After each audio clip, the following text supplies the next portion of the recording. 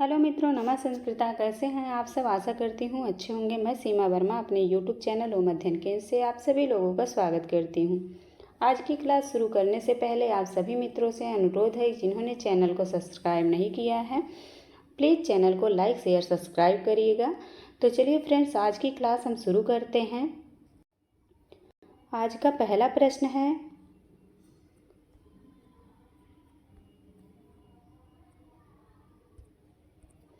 सांबा पुनात भवभूति पवित्र मूर्ति, यह कथन किसका है? ए क्षेमेंद्र का, बी कृष्ण कवि का, सी भवभूति का और डी है जयदेव का। तो किसका है? भवभूति का है। सी ऑप्शन सही हो जाएगा, भवभूति।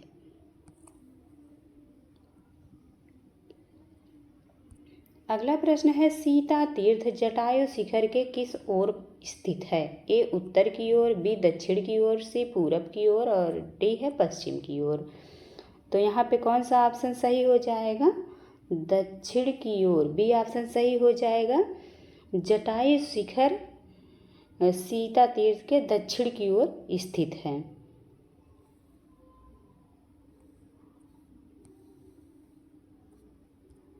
अगला प्रश्न है, उत्तर रामचरितम के तृतीय अंक में राम कितनी बार मूर्छित होते हैं? ए 2 बार, बी 4 बार, सी 5 बार और डी है 6 बार। तो उत्तर रामचरितम के तृतीय अंक में राम कितनी बार मूर्छित हुए हैं? 2 बार। ए ऑप्शन सही हो जाएगा। राम जो है तीसरे अंक में 2 बार मूर्छित हुए थे।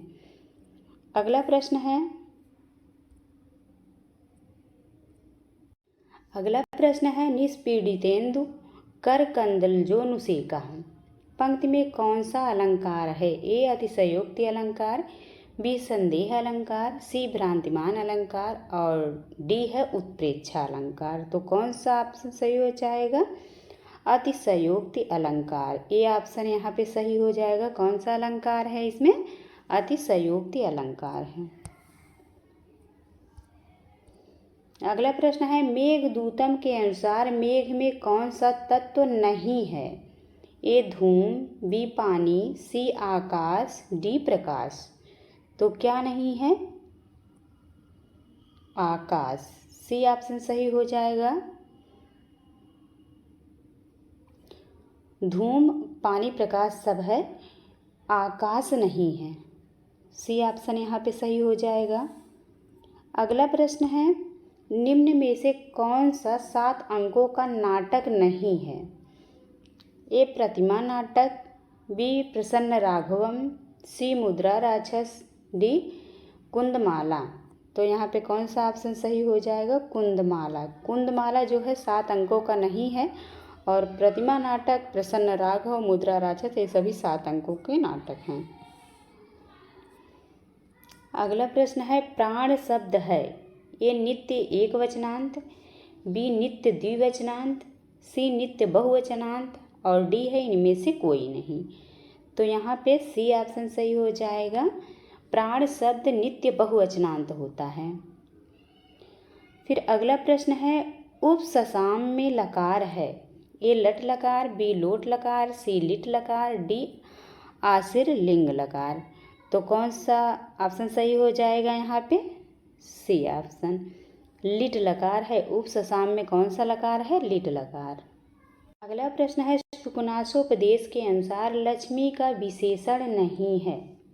ए अनार्या, बी तमो बहुला, सी आपाताल गुहा और डी है अप्रत्यय बहुला। तो इसमें से कौन सा नहीं है पूछा है। तो यहाँ पे सी ऑप्शन सही हो जाएगा। अपाताल गुहा नहीं है और बाकी तीनों हैं। यहाँ अगला प्रश्न है, लक्ष्मी अमंगल के समान किसको बहुत नहीं मानती हैं? किसको बहुत नहीं मानती हैं? ए सज्जनता को, बी उदारता को, सी निष्कपटता को और डी है विद्वता को। तो किसको नहीं मानती हैं? उदारता को। बी ऑप्शन यहाँ पे सही हो जाएगा। उदारता को अमंगल के समान नहीं मानती, बहुत नहीं मानती हैं। अगला प्रश्न है, शुद्ध वाक्य का चयन करें। ए संस्कृतस्य महिमा महत् अस्ति, संस्कृतस्य महिमा महान अस्ति, सी है संस्कृतस्य महिमा महती अस्ति और डी है संस्कृतस्य महिमा महती अस्ति। तो यहाँ पे कौन सा ऑप्शन सही हो जाएगा? संस्कृतस्य महिमा महान अस्ति। अगला प्रश्न है, अवंचकः शब्द का अर्थ है? ए धैर्य देने वाला, बी धोखा न देने वाला, सी बेचने वाला और डी है प्रमादी। तो यहाँ पे कौन सा ऑप्शन सही हो जाएगा? अवंचकः का अर्थ होता है धोखा न देने वाला, बी ऑप्शन सही हो जाएगा, धोखा न देने वाला। अगला प्रश्न है, महाकवि बाणभट्ट का जन्म किस नदी के तट पर हुआ था? ए शिप्रा के पूर्वी तट पर, बी गंगा के पूर्वी तट पर और सी है नर्मदा के पश्चिमी तट पर, डी है सोन नदी के पश्चिमी तट पर। तो कहाँ पे हुआ था? सोन नदी के पश्चिमी तट पर, डी ऑप्शन सही हो जाएगा, सोन नदी के पश्चिमी तट पर हुआ था। यहाँ पे सुमेलित करना है। यहाँ पे वस्तु और गुण बताया गया है। तो कालकूट से लक्ष्मी जी ने क्या लिया था? कालकूट से मोहन शक्ति। और चंद्रमा से क्या लिए थे? तो कुटिलता, चंद्रमा से टेढ़ापन। और कौस्तुभ मणि से कठोरता ली थी और मदिरा से मादकता। तो यहाँ पे कौन सा ऑप्शन सही हो जाएगा? सी। अगला प्रश्न है, महारानी के व्रत के पारण संबंधी सूचना लेकर दुष्यंत के पास कौन आया? ए भद्रसेन, बी करभग, सी रैवतक, डी गालव। तो कौन आया था? करभग, बी ऑप्शन सही हो जाएगा। अगला प्रश्न है, भूयिष्ठ पद में प्रकृत प्रत्यय है? भू धातु स्थिन प्रत्यय और बी है भू धातु कन प्रत्यय, सी है बहुधातु स्थिन प्रत्यय और डी है बहुधातु कन प्रत्यय। तो यहाँ पे कौन सा ऑप्शन सही हो जाएगा? बहुधातु स्थिन प्रत्यय है, सी ऑप्शन सही हो जाएगा। अगला प्रश्न है, तपोधना पद में समास है? ए तत्पुरुष समास, बी कर्मधारय समास, सी द्विगु समास, डी बहुव्रीहि समास। तो यहाँ पे कौन सा ऑप्शन सही हो जाएगा? तपोधना, डी ऑप्शन सही हो जाएगा। तपोधना में बहुव्रीहि समास है।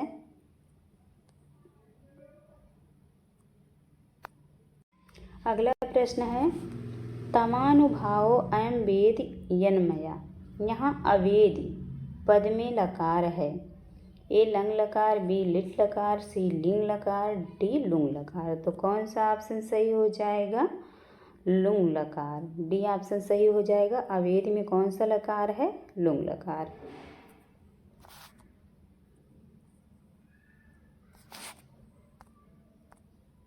अगला प्रश्न है, अभिज्ञान शाकुंतलम नाटक का अभिनय किस परिषद में हुआ था? ए काल प्रियानाथ तीर्थ में, बी विक्रमादित्य भूयिष्ठा परिषद में, सी कालिदास भूयिष्ठा परिषद में और डी है अभिरूप भूयिष्ठा परिषद में। तो कहाँ पे हुआ था? डी ऑप्शन अभिरूप भूयिष्ठा परिषद में। यहाँ पे डी ऑप्शन सही हो जाएगा।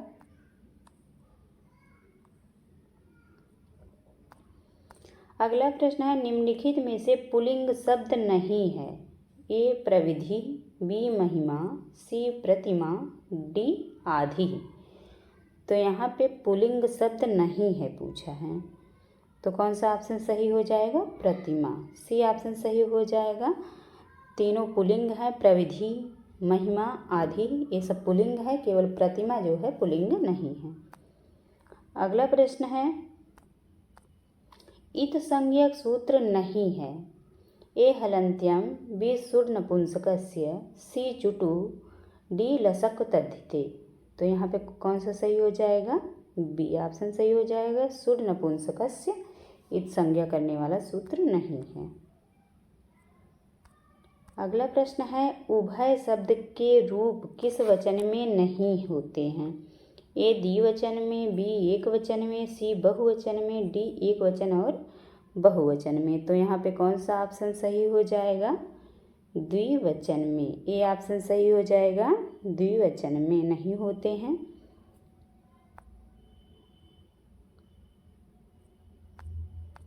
अगला प्रश्न है लुंग लकार का उदाहरण नहीं है।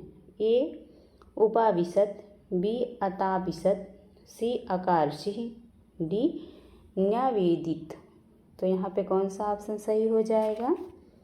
ए ऑप्शन उपाविशत जो है लुंग लकार नहीं है। अगला प्रश्न है बालिकाः सन्ति का भाववाच्य होगा। ए बालिकाभिः स्थास्यते, बी है बालिकाभिः स्थास्यन्ते, सी बालिकाभिः भूयते, डी बालिकाभिः भूयन्ते। तो यहाँ पे कौन सा ऑप्शन सही हो जाएगा? सी बालिकाभिः भूयते। अगला प्रश्न है द्रोणो व्रीहि वाक्य द्रोण पद में प्रथमा विभक्ति है। ए प्रातिपदिकार्थ मात्र में प्रथमा, बी परिमाण मात्र में प्रथमा, सी परिमाण सामान्य बताने में प्रथमा और डी है परिमाण विशेष बताने में प्रथमा। तो यहाँ पे बी ऑप्शन सही हो जाएगा, परिमाण मात्र में प्रथमा। द्रोणो व्रीहि द्रोण पद में प्रथमा पूछा है तो परिमाण मात्र प्रथमा सूत्र से द्रोण में प्रथमा हुआ है। अगला प्रश्न है दूर तथा अंतिक शब्दों में कौन सी विभक्ति नहीं है?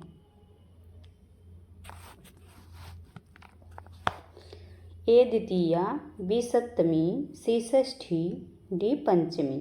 तो यहाँ पे षष्ठी सी ऑप्शन सही हो जाएगा।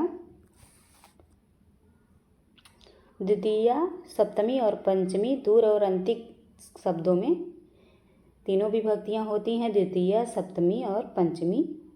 षष्ठी केवल नहीं होता है। अगला प्रश्न है गुरु शब्द का चतुर्थी एक वचन में शुद्ध रूप होगा। ए गुरवे, बी गुरुवे, सी गुरुवाय, डी गुरुवे। तो कौन सा ऑप्शन सही हो जाएगा? यहाँ पे डी ऑप्शन सही हो जाएगा। चतुर्थी में गुरुवे रूप बनता है गुरु का।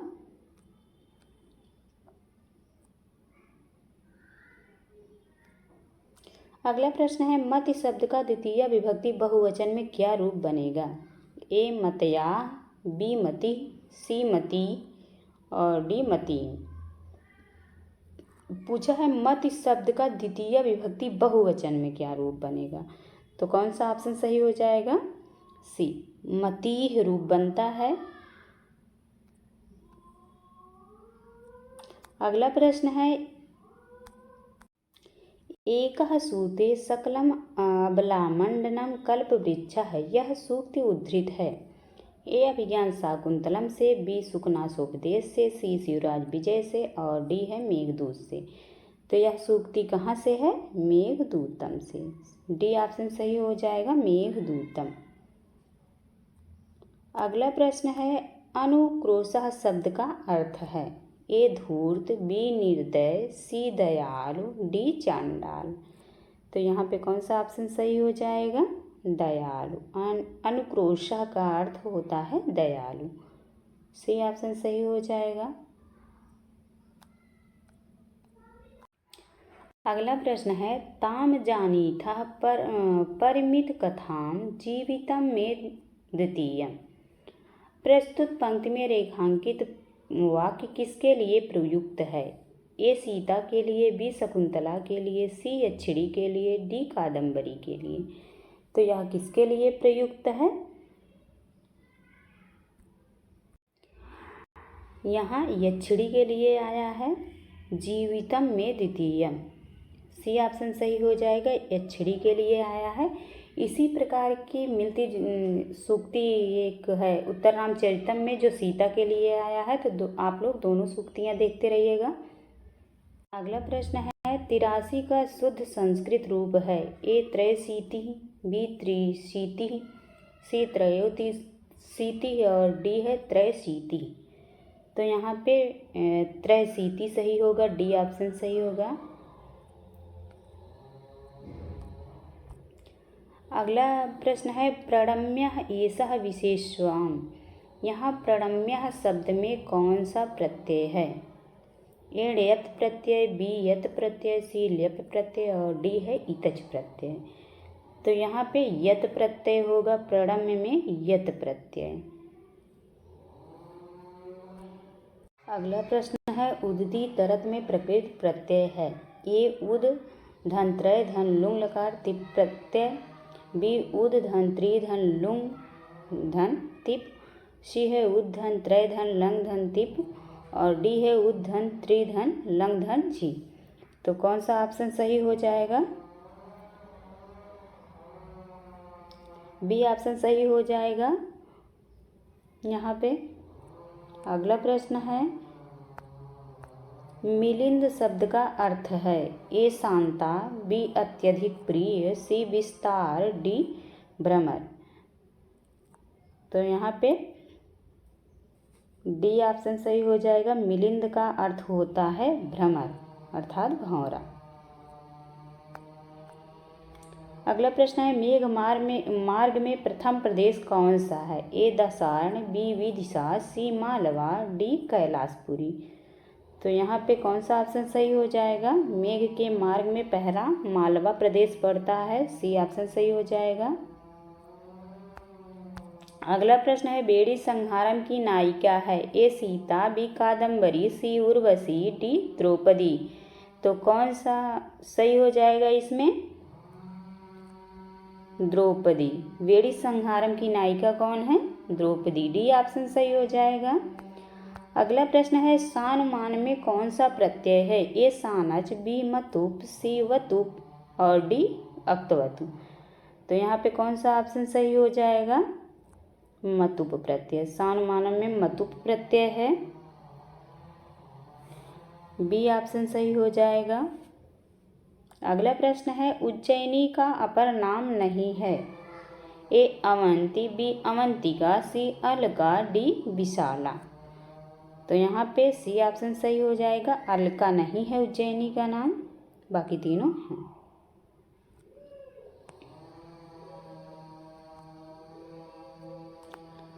अगला प्रश्न है बलराम जी ने रेवती के नयनों के चिन्ह वाली मदिरा को त्याग कर किस नदी के जल का सेवन किया था? ए गंगा नदी, बी सरस्वती नदी, सी सिंधु नदी और डी है शिप्रा नदी। तो यहाँ पे कौन सा ऑप्शन सही हो जाएगा? सरस्वती नदी। बी ऑप्शन सही हो जाएगा। अगला प्रश्न है अध्वनीना शब्द का क्या अर्थ है? ए राजहंस, बी पथिक, सी कोयल, डी यमराज। तो यहाँ पे कौन सा ऑप्शन सही हो जाएगा? बी पथिक। अध्वनीना का अर्थ होता है पथिक।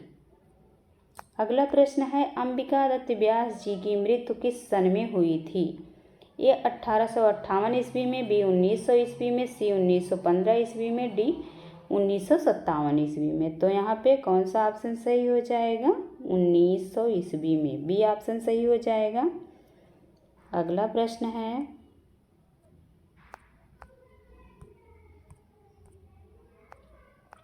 अंबिका दत्त व्यास की हिंदी रचना नहीं है। ए अबोध निवारण, बी सामवतम, सी बिहारी बिहार, डी गुप्ता शुद्धि प्रदर्शन।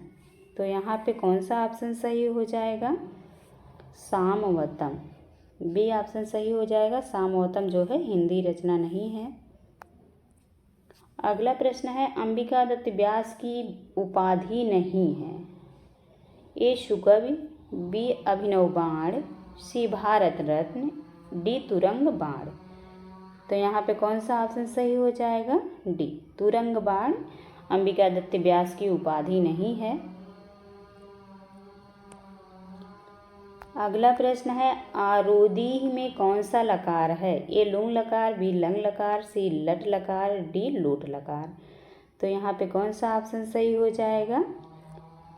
लुंग लकार। आरोदीह में जो है लुंग लकार है, ये ऑप्शन सही हो जाएगा।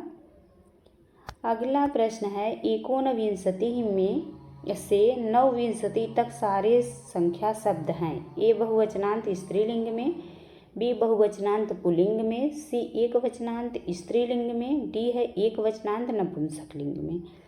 तो यहाँ पे कौन सा ऑप्शन सही हो जाएगा? एक वचनांत स्त्रीलिंग में सी ऑप्शन सही हो जाएगा। अगला प्रश्न है, मेघदूतम के अनुसार राजा प्रद्योत के हाथी का क्या नाम था? ए पौंड्र, बी ऐरावत, सी हेमगिरी, डी नलगिरी। तो कौन सा सही होगा?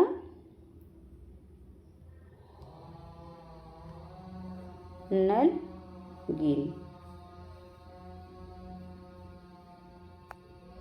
अगला प्रश्न है, पत्र श्यामा दिनकर है स्पर्धिनो यत्र वाहाः। यहाँ पर वाहाः पद का क्या अर्थ है? ए घोड़े, बी हाथी, सी बाहरी रास्ता, डी वाहन। तो यहाँ पे वाहा शब्द का अर्थ है घोड़ा, ये ऑप्शन सही हो जाएगा। अगला प्रश्न है, शिवराज विजयम में गूढ़ शत्रु किसे कहा गया है? ए औरंगजेब को, बी मोहम्मद गोरी को, सी महमूद गजनवी को, डी अकबर को। तो किसको कहा गया गूढ़ शत्रु? अकबर को, डी ऑप्शन सही हो जाएगा। अगला प्रश्न है, प्रद्योतस्य प्रिय दुहितरम वत्स राजो अत्र जन्हे। रेखांकित पद में कौन सी धातु प्रयुक्त है? ए जन धातु, बी हा धातु, सी ह्रिय धातु और डी है हन धातु। तो यहाँ पे सी ऑप्शन सही हो जाएगा, ह्रिय धातु है। अगला प्रश्न है, अध्ययनेन वसति। रेखांकित पद में किस सूत्र से तृतीया विभक्ति हुई है? ए हेतु से, बी कर्तकर्णयो तृतीया से, सी षष्ठी हेतु प्रयोगे से, डी है सर्वनामना तृतीया से। तो यहाँ कौन सा ऑप्शन सही हो जाएगा? हेतु से हुई है, अध्ययनेन वसत हेतु सूत्र से है। अगला प्रश्न है, अलका की 9 युवतियाँ अपने कानों में किसका पुष्प धारण करती थी? ए कुंद का, बी लोध्र का, सी शिरीष का और डी कदम्ब का। तो किसका फूल धारण करती थी? शिरीष का, सी ऑप्शन सही हो जाएगा। अपने कानों में शिरीष का पुष्प धारण करती थी। अगला प्रश्न है, सरस्वती में प्रकृत प्रत्यय है। ए सरस मतुप ङीस और बी है सरस मतुप ङीन और सी है सरस वतुप ङीप और डी है सरस वतुप ङीन। तो कौन सा ऑप्शन सही हो जाएगा? सी सरस वतुप ङीप प्रत्यय है। अगला प्रश्न है, नीपम शब्द का अर्थ है? ए पथ, बी कदम्ब, सी नाप, डी नीम। तो नीपम का अर्थ क्या होगा? कदम, बी ऑप्शन सही हो जाएगा। नीपम का अर्थ होता है कदम। अगला प्रश्न है, नाहम मूर्ति विक्रीडामि किंतु भिन्दामि। तो किसका कथन है?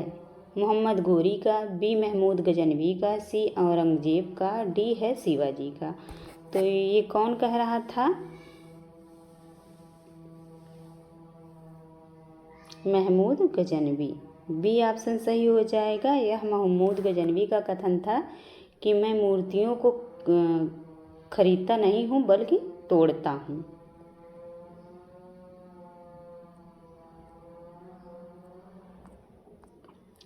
अगला प्रश्न है, निम्न में नियत श्राव्य है? ए प्रकाश, बी स्वगत, सी आत्मगत और डी है अपवारित। तो यहाँ पे डी ऑप्शन सही हो जाएगा। नियत श्राव्य अपवारित है। महाभारत पर आधारित रचना नहीं है। ए वेड़ी संहारम, बी बालचरितम, सी शिशुपाल वधम, डी अभिषेक नाटकम। तो कौन सा ऑप्शन सही होगा? अभिषेक नाटकम। अभिषेक नाटकम जो है महाभारत पर आधारित नहीं है। यह तीनों बेड़ी संहारम, बालचरितम और शिशुपाल वधम तीनों जो है महाभारत पे आधारित रचना है। अगला प्रश्न है, वनेचर पद के वने पद में सप्तमी विभक्ति का अलुक हुआ है? ए हलंताद सप्तम्या संज्ञायाम से, बी है गवयुधिभ्याम स्थिरः से, सी है तुमार्थाच भाववचनात् से, डी है तत्पुरुषे कृत बहुलम से, तो किस सूत्र से हुआ है? तत्पुरुषे कृत बहुलम से। डी ऑप्शन सही हो जाएगा यहाँ पे। अगला प्रश्न है भारव के पूर्ववर्ती कवि निम्न में से कौन है? ए माघ, बी बाण भट्ट, सी अश्वघोष, डी है भवभूति। तो यहाँ पे कौन सा ऑप्शन सही हो जाएगा? अश्वघोष, सी ऑप्शन सही हो जाएगा। अश्वघोष जो हैं भारव के पूर्ववर्ती कवि हैं। अगला प्रश्न है रुचि इकारांत स्त्रीलिंग शब्द का चतुर्थी एक वचन में रूप होगा। ए रुच्यै, बी रुचये, सी है उपर्युक्त दोनों, डी है इनमें से कोई नहीं। तो यहाँ पे सी ऑप्शन सही हो जाएगा क्योंकि दोनों बनता है, रुच्यै और रुचय दोनों शब्द चतुर्थी में बनते हैं। तो thank you all of you. आज की क्लास यहीं पे समाप्त करते हैं। आप लोगों को क्लास अच्छी लगी हो तो प्लीज़ चैनल को लाइक शेयर सब्सक्राइब करिएगा। धन्यवाद।